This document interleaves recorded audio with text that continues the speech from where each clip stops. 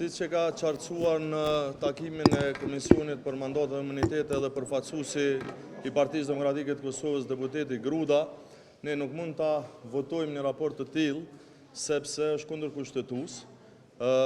Aktualisht, në të njëjtën kohë, që nga kryeministri Kurti, gjithë ministrat që janë zgjedhur deputet, po tentojnë që të mbajnë edhe pozitë ekzekutive dhe pozitë legislative, gjë që ndalon Kushtetuta e Republikës Kosovës. Pra, Kushtetuta e thot qartë që nuk mund të bësh deputet nëse je kryeministër, nëse je ministër, nëse je në pozicion ekzekutiv. Këta janë, sepse s'ka ndonë dorëheqje, andaj kjo do të zgjidhej shumë lehtë nëse sot do të ofronin dorëheqjen e tyre në mënyrë që të marrin mandatin e deputetit. Në mungesë të një dorëheqje të tillë, Partia Demokratike e Kosovës nuk mund ta votojë një vendim, një raport në këtë rast, i cili është kundërshtim me Kushtetutën. Nëse do të ndodhë ajo që është kërkuar qysh herët, siç e dini, pra dorëheqja nga pozicionet ekzekutive, atëherë mund të ndryshojë situata. Po.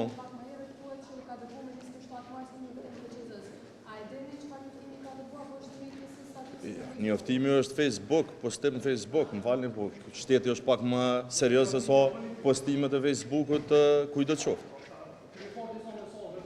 Po.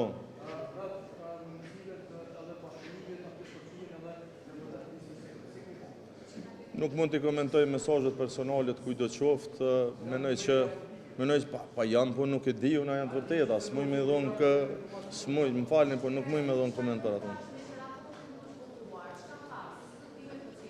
Ta shohim, tash janë duke konsultu, ma mërmenja që edhe kuvendi ka mjaftueshëm ekspert ligjor të cilët mund t'japin rekomandime se si të shkohet tej. Nuk është pas arsye as nevojë me ardh deri këtu, sikur ta respektonte kryeministri Kurti dhe ish ministrat e tij Kushtetutën e vendit. Tash ne e dim që këta Kushtetutën se kanë respektuar ato 4 vite, se s'pakun ja 12 herë i kemi dërguar gjykatë kushtetuese dhe kemi fituar lon, por ma merr mendja që s'pakun ne s'mundemi që vetë me votën tonë të au përligjim shkeljen kushtetuese që dëshirojnë me bo. Faleminderit, çdo të mirë, shihemi ndërkohë.